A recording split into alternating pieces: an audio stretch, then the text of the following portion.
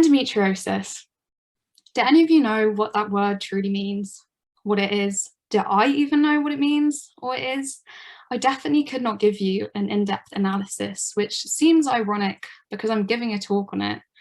But the fact I know so little, as much as most of you, really shows the cracks and how something has gone askew. I think the fact I'm nearly as clueless as most of us here, that despite having the condition myself, I know really just as much as any of my peers, shows how endometriosis, a condition which affects 1 in 10, has time and time and time again been ignored, disregarded, unexplained, and not taught. So excuse me if in this talk I do get a little fraught, because endometriosis is not just a small strain, sprain, or pain. It is a whole life of having a condition which suffocates and chains, causes protruding veins when your stomach has bloated so much that you look like you're probably expecting quadruplets. A condition which causes pain during sex, your partner's perplexed because they can't see this internal fiend and feel helpless as they watch you fall apart at the seams. A condition which often goes un- or misdiagnosed for many a year, on which when finally diagnosed is with vagueness, inaccuracy, complacency, yet instills such fear. Because whilst I know many do not think about or want a baby aged 21, a child of my own has been the dream I hold above any other. To be a mother is something I have always wanted since being a little girl. I got diagnosed with endometriosis when I was just 15 years old, and whilst this is lucky in many a way, diagnoses known to sometimes take nearly a decade, my diagnosis and experience since have been far from a holiday. And whilst that makes me lucky to an extent, my 15-year-old self skipping off from the GP, seemingly content after being told by said GP that it was barely a thing, just a bit of endometriosis, I was walking on thin string. For whilst my dear GP told me it's just a bit of endometriosis, I would explain it, but you can just go home and Google it. I think she naively forgot as to the massive black pit in which the World Wide Web seriously is. So 15-year-old Poppy revved up Google and looked it up. And let me tell you now as to what truly came up, as unlike what my dear GP had told me, it's nothing to worry about really. I can tell you now just how severely uninformed, uncaring and despairing that advice was. For upon my Googling of endometriosis, the reality of my situation began to set in.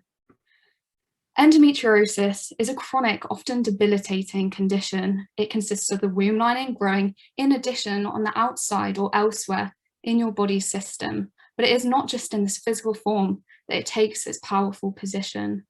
It affects 1 in 10 women and can cause chronic pain, fatigue, depression, isolation, and even an inability to conceive. It truly thieves off of not just one's body, but one's mind and one's soul.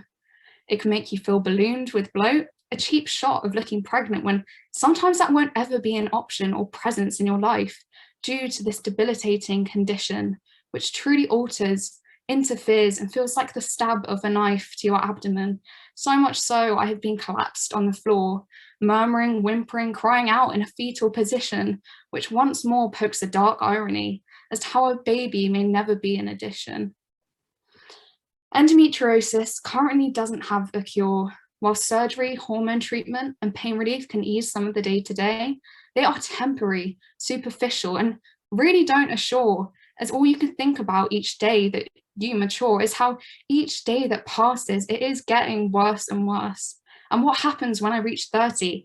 And then indeed this curse rears its ugly head and a doctor turns around to me and says how I'm unable, or it will be severely difficult for me to ever conceive.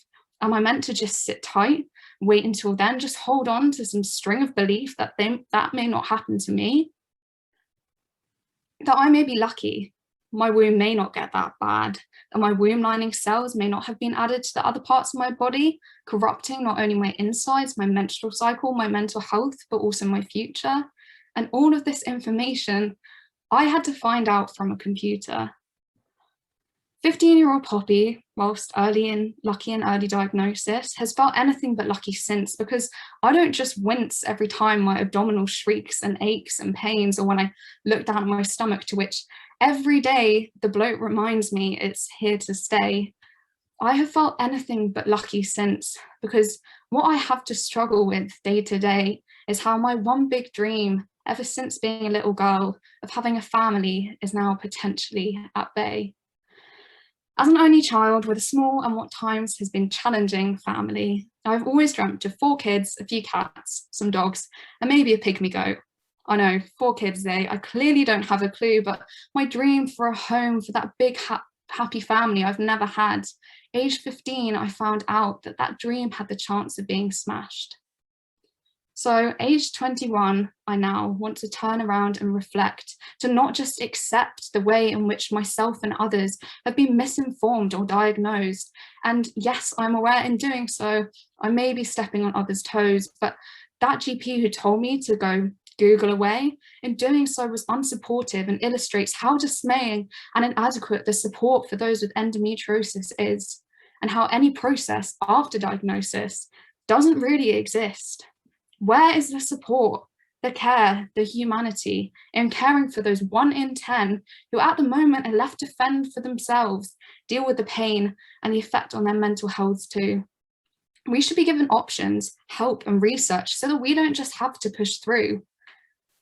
Women's menstrual health should not be seen as this taboo. We should be teaching endometriosis in classrooms and sex education lessons, rather than them centering on the dressing of a banana with some lube, talking of men's ejaculation, sperm and pleasure during sex, ignoring and not paying any respect to the subject of menstrual health, to which conditions such as endometriosis should not be one which, with stealth, creeps up on you age 21, you not having heard about it before, because surprise, surprise, there were plenty of willies on the slideshow you were once shown age 10 in sex ed lessons, which time and time again have prioritized men's pleasure over any woman's pain. But now is the time to end this cycle, end this chain, because endometriosis is a condition which affects 1 in 10. And no, it doesn't affect any men, but that doesn't make it any less important, for it is constant. A constant pain, bloat, niggling feeling in the back of your mind when you begin to try and envision how you will live the rest of your life. It is an aspect, a factor, a main character in so many people's lives. So why is there not more research, support, or consideration to strive towards a way to support, more investigation, a cure, to help ease the day-to-day of 1 in 10 women who struggle with this condition's various pains? Why, for example, could those with endo not be able to freeze their eggs for free on the NHS? A way in which could help ease the worry, stress, despair, a way in which to protect a little girl's dream of having a big and happy family. Endometriosis Awareness Month this year has just passed back in March. But while this month is over, I hope this spoken word might have been a start in you hearing for the first time and now being aware as to what endometriosis is. And don't worry, I'm not about to go giving you a quiz, but I hope that whoever you are, womb present in your body or not, that the spoken word has offered an insight, a comfort, a shared experience, or a provoked thought as to how you can support someone who you may know who has the condition, or if indeed you have a womb and have a sneaking suspicion, that you can seek that diagnosis and join a community of many. And whilst I am aware that I've made it sound pretty bleak and scary, it is not always doom and gloom, for there is difference in every womb. From mild, moderate to severe, there is less to fear if we spread awareness, understanding and kindness as to this condition, which is a test. If we stick together and support one another and push for endometriosis to not just be another conversation about menstrual health, which is pushed under the carpet.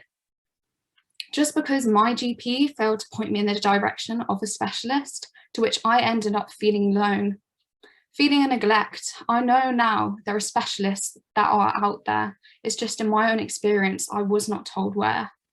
These discussions are so important and need to keep being started between mothers, children, teachers, siblings, husbands, partners, and all. And if you are worried, in pain, suffering, then you can also always call Endometriosis UK, who have a website too, and provide a lot of support, which GPs and medical services don't always adequately do. Endometriosis is a condition that affects 1 in 10, and no, whilst it doesn't affect any men, that doesn't make it any less important, any less deserving of conversation. And I'm very aware of the length of this piece and how I may be losing your concentration. So please, if you take anything away from today, be more aware, more kind, and more sensitive to the pain, which is endometriosis, a condition which is so often unheard of and yet rears its ugly head in so many people's lives. So for you to go away and educate, to spread awareness and reflect, could really aid, inform, and respect those whose lives it daily affects.